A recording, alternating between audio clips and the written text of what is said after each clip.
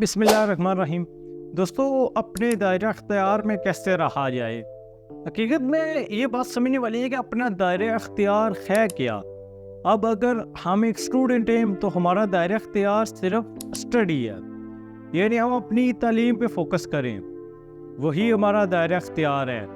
یعنی اپنے دائرے کے اندر رہتے ہوئے جو ہمارے اوپر ذمہ داری ہے، جو ہم کام کرتے ہیں، جو ہم کو سروسز دے رہے ہیں، انہیں اچھے طریقے سے پورا کریں۔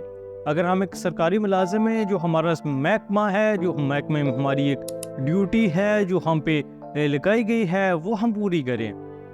بس یہی ایک اچھے شہری کی ذمہ داری ہوتی ہے کہ وہ اپنے دائرہ اختیار میں رہے۔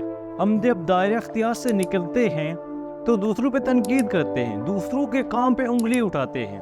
یاد رکھیں، جیسا آپ دوسروں کے بارے میں سوچیں گے، جیسی سوچ آپ دوسروں کے بارے میں رکھتے ہیں، لوگ بھی آپ کے بارے میں ایسا ہی سوچتے ہیں، کیونکہ یہ اصول ہے، جو آپ دیتے ہیں وہی آپ کو ملتا ہے۔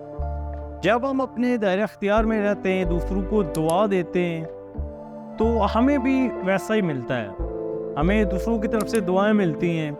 جو ہم اپنے دائرہ اختیار میں بھی رہتے ہیں، کامیاب بھی ہوتے ہیں، آگے بھی بڑھتے ہیں، تنقید سے بچتے ہیں، دوسروں کی برائیاں کرنے سے بچتے ہیں، حسد، بغض، نفرت، عناد، کینہ وغیرہ سے ہم بچ جاتے ہیں۔ یوں ہم اسلام کے اصولوں پر چلتے ہیں اور ہم اپنے دائرہ اختیار میں رہ کر کامیاب بھی ہوتے ہیں، ہمارا ایک الگ نام بھی بنتا ہے۔